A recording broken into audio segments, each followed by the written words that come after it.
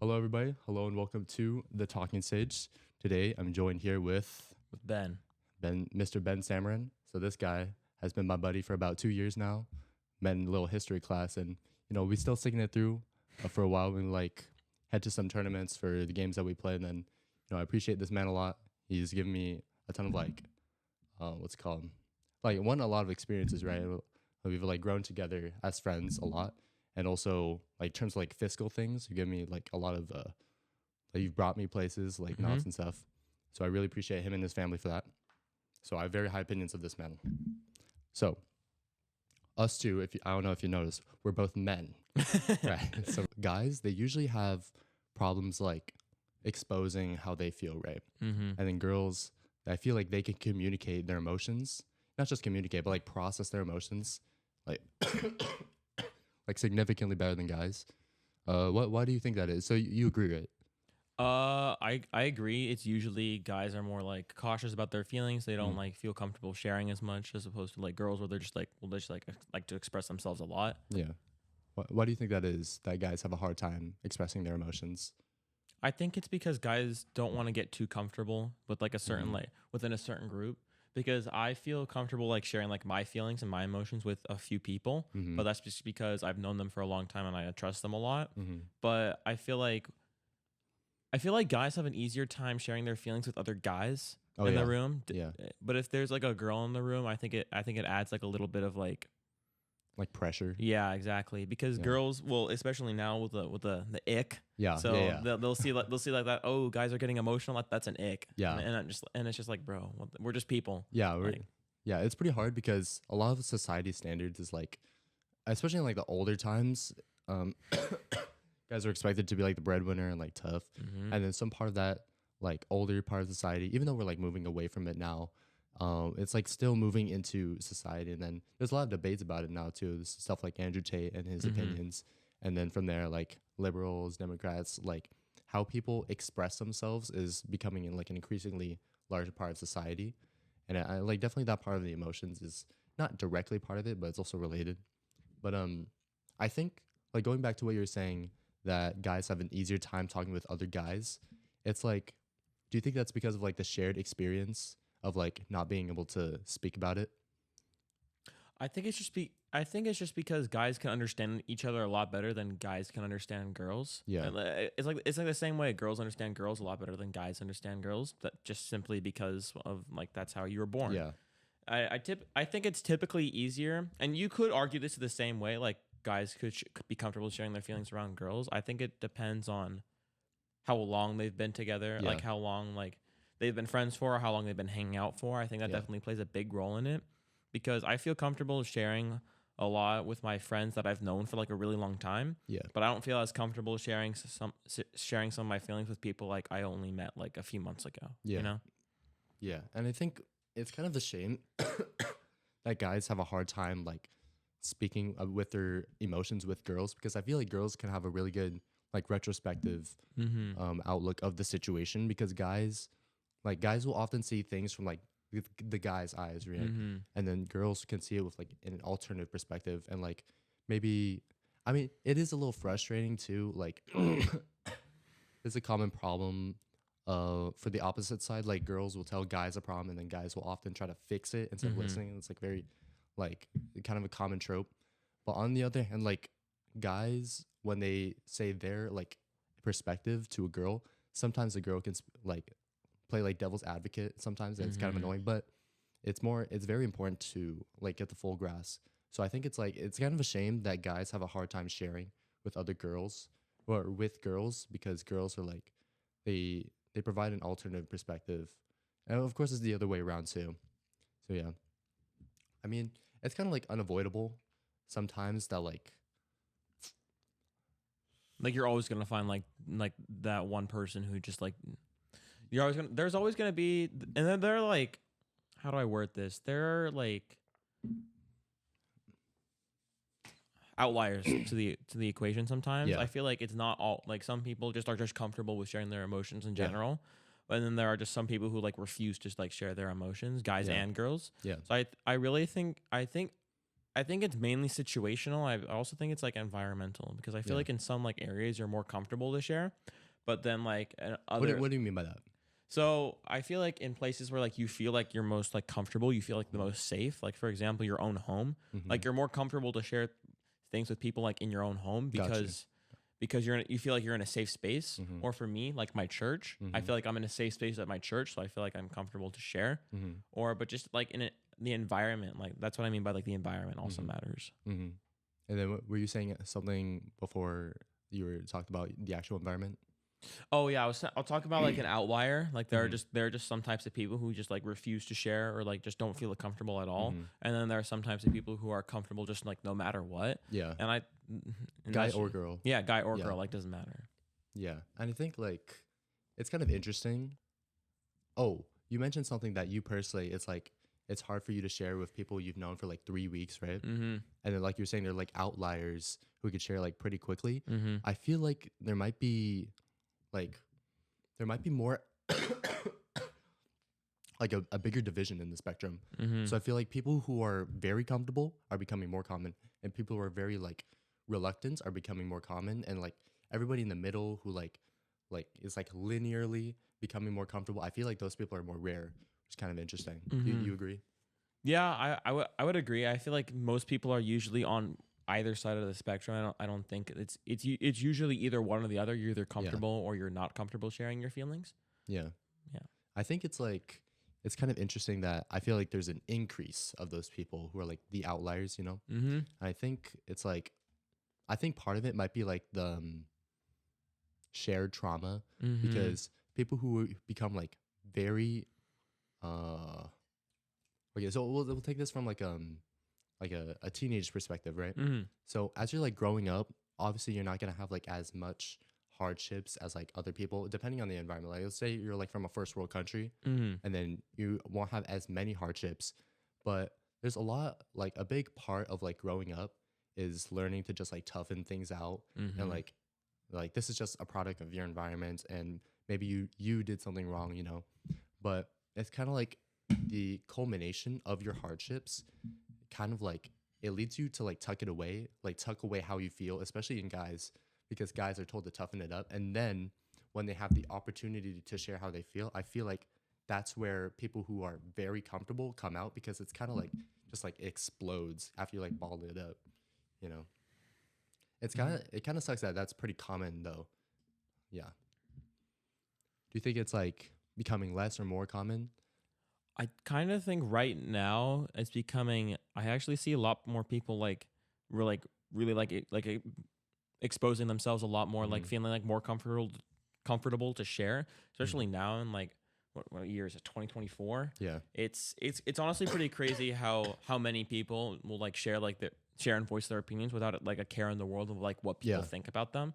Which is a Espe- great quality, or I wouldn't. I think it depends like what kind of quality it is. I think it depends like what you're sharing and like what you're saying, because you could like you know, like Andrew Tate, he's got like some very Yeah. like controversial like opinions. Like not a Mhm. lot of people agree with him, but then there are also some people who do agree with like what he says. And especially like in politics, like we have the election coming up. It's mainly right now. It's Trump versus Biden. It's gonna just be a repeat of the last year election. Yeah. Hopefully we don't have another like January 6th incident. But Yeah. January 6th was a big example of like people like expressing like their opinions on like what was happening. Like they felt very comfortable to storm the Capitol building. Like it's just one of those things. I feel like it's becoming way more common, especially now that it's Pride Month. Like people are like being very open about like their like sexuality and like they're being gay and all that kind of stuff. you think that's a good thing that people are becoming more comfortable? I think with voicing like your opinions about like LGBTQ, like I feel like that's pretty good. I feel like you should be proud of like what you are. But I feel like with politics, it's like a little bit different, because with politics you could not like start a war, but you could like you could like start like a civil war. Yeah. With like the stuff like January 6th, like Yeah. you could it could be like flipped, like whole like Democrats versus Republicans. Yeah. Because we were talking about that actually in our English class. That was one of like someone made a podcast about like what could happen to the next like civil war. Yeah. And they gave an example about how like January 6th could be like a road to that, simply because like that was like the first like big trademark we've seen like big like in a while. Yeah. Because like we haven't like really seen like any like major conflicts until January 6th. And now I feel like people are becoming a little like too comfortable with like I feel like a lot of people kind of brushed off January 6th, maybe mainly the Republicans, like it was nothing. But if you look at it, January 6th was insane. You don't just storm the Capitol building and like take over like everything. That's not like civil. Yeah, and it definitely like sets a precedence for like continuing conflicts and how people deal with their like people deal with their opinions. I say that like it's a good thing that people are becoming more expressive of their emotions and their opinions, but in like the grander like national scale, I think it's kind of there's also like an like other side of the coin type of thing where there's like a danger that people are like sharing their emotions so much that ends up becoming violent. So yeah, there's definitely like two sides of the coin of people becoming more expressive in terms of their opinions, but from like a person to person standard of like men and women like being comfortable to share their opinions, that's definitely a great thing. But there's definitely like in the grand scheme of things, it could have the potential to be dangerous. Is it a must needed change though, is the thing? I don't think it's a needed change. I think it's whatever makes you feel like the most comfortable. Because for some people, they don't feel comfortable sharing their feelings. Pressuring them to share their feelings isn't gonna like make you closer with them anymore. It's just gonna make them more uncomfortable around you, and they're not gonna want to hang out with you anymore. If when you're hanging out with them, you keep making them feel uncomfortable, or like say things they don't want to share. Yeah, exactly. Yeah. So I don't think it's a needed change. It's definitely cool to see more people feeling comfortable sharing like their opinions and like their feelings, but it's definitely not a needed change. Okay, I see. And then, yeah, it's kind of a strange situation because a lot of people want to say that's like a good change, but from like context is very important in like a person to person basis. It's gonna be like different for everybody. It's very strange. Well, that's a good introduction to the podcast. So we're gonna switch things up. All right. A pretty easy question. Who would win? A bear or a gorilla? You think that's an easy question? That's a super easy question. I don't think my vote would probably be a gorilla, but no, you're bugging. How's it's gorilla? Definitely a gorilla. No, it's not. It's so bear. What do you? Okay, 100% gorilla. Why? All right, you. How are bears? Okay, let's think about like movies for example, because that's the way you see like most animals that are typically portrayed. Let's think. How do you see a monkey? How do you see or gorilla portrayed in movies? I mean, it depends on the movie though. Like, what do you mean? I mean, I guess the gorilla, if it's like in a human-based movie, I guess they seem just like kind of weak. I guess would support your point. But yeah, how would you typically view a bear and like? Isn't a bear like mauling people every day? Like, what? What type? Okay, let's change the question. What kind of bear? Grizzly. Grizzly bear. Yeah. Okay, grizzly bear. Yeah, I still think gorilla wins. How? Gorilla definitely wins. Okay, how? Gorilla definitely wins. Okay, let's think. Okay, we're in an environment where we typically find if we're in an environment where it's neither of them like are their natural home. Yeah. I feel like the bear would probably win. However, since bears and gorillas typically live in the same environment, like typically like forests and that kind of stuff.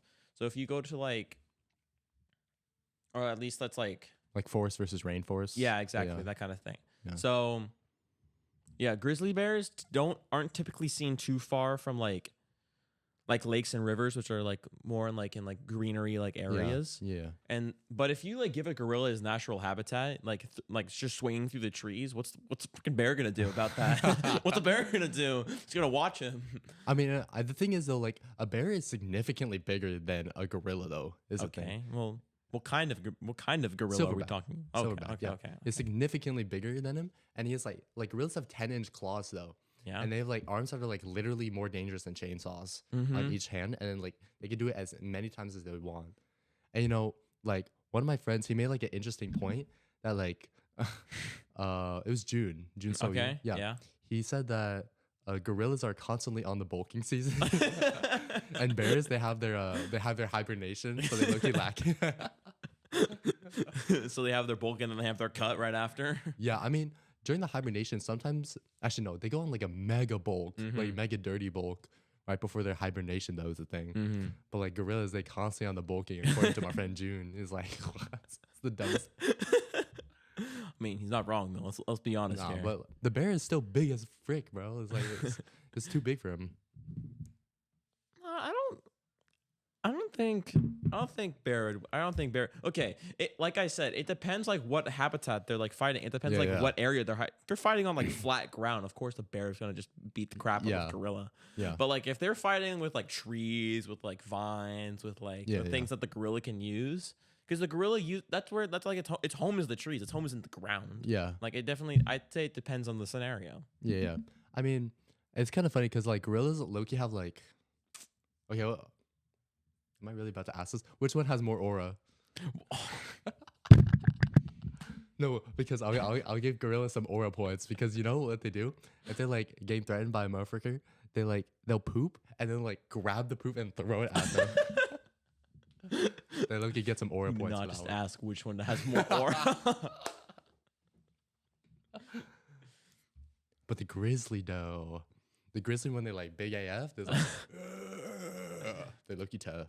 What if the gorilla just punches him in the stomach when he's doing that? No, but like the freaking they have like mad like armor down here, you know what I'm saying? Like bears got that natural they got that sleeper six pack, you know?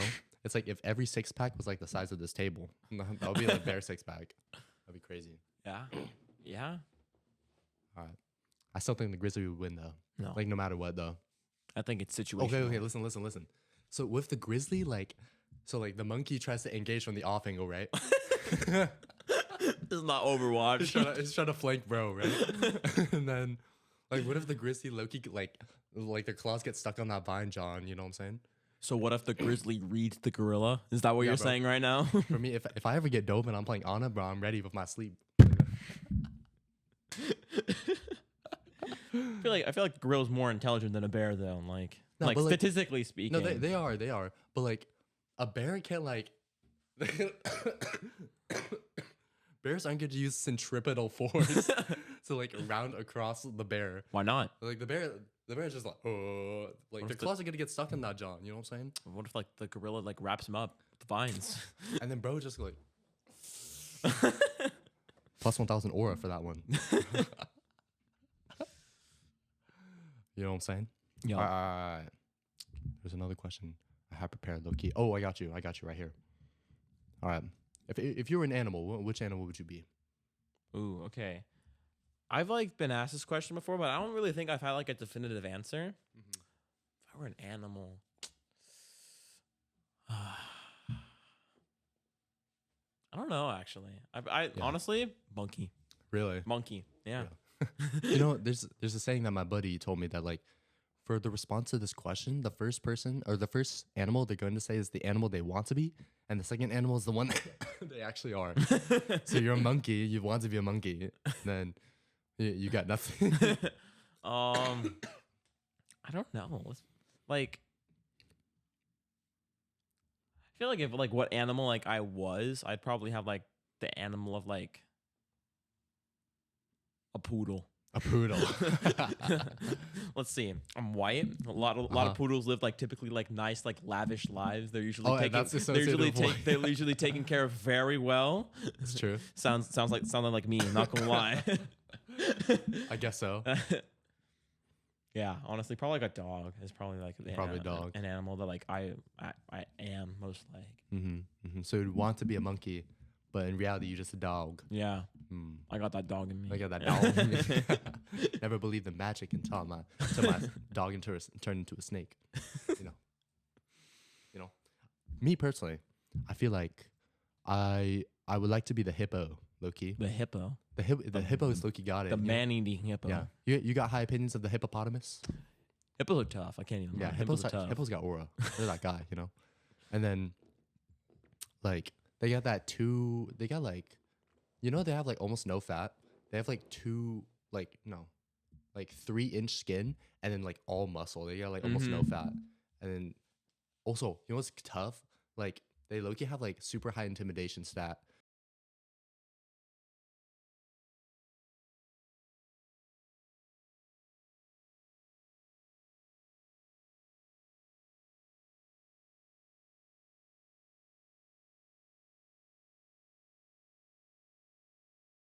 bro just got cooked. And then, like, my favorite animal, and I feel like the one I impersonate most it would be the pig. Pig. Either like domesticated or wild boar, Chinese warthog, like, or no, Chinese boar or African warthog, like, doesn't really matter. Because, have you ever seen there's like an outbreak in like 2019 from like pigs. They got like a lot of domesticated pigs. They escaped from a farm in Texas. And then, like, I respect the hoggy because like them hogs, they adapted to like their wild environment. They went feral within like 2 hours. Wow. And they became like, they like grew a ton, because they're like pink. Domesticated pigs are pink. And then they grew like mad fur. Their skin, they became like feral and aggressive and angry in like 2 hours. Wow. And they became like fully adapted. I was like, wait, that's tough. And lucky that's me. So if you ever society ever like collapses, you know who to call, me and the pigs. I'll be writing, bro. Oh, yeah. Yeah, but that would be me though. Type shit. We know who to call when the next apocalypse happens. Yeah, that'll be me. Be my hammer. That's why stuff. All right. Know what I'm saying? Let me see. What's this DoorDash guy doing? That's so real. I want my food. Yeah. Okay. He low-key on the pathway. All right. Well, I guess I'll just finish it up right now. So, there's other recordings we recorded for like an hour and a half. But it's pretty good recording, And then I ended because I'm also making like a trailer.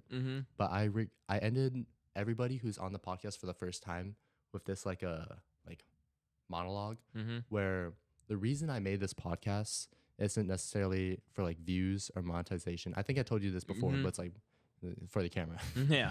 But like, I think that the art of conversation has become like very undervalued, and then everybody wants to think about like what next volunteering they could do, like what next events they could participate in, like how like do as many things as possible for like college apps and resume or whatever, especially in teenagers.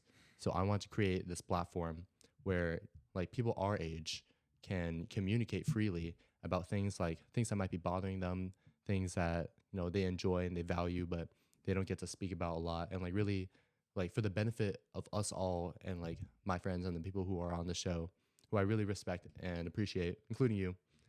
I think I want to create this space for the people, and then for anybody who's like a viewer and wants to participate in things like these, because this is kind of like the first like kid podcast, like talk show podcast like this. So I was just here to create this space. Well, that's this quick episode of The Talking Stage. My name is Ivan Bascos. I always forget to introduce myself. My name is Ivan Bascos, and I'm joined here by Ben. Yeah, Mr. Ben Samarin. Appreciate you, sir. And we're going to eat our Philly cheesesteaks. All right. To the next episode.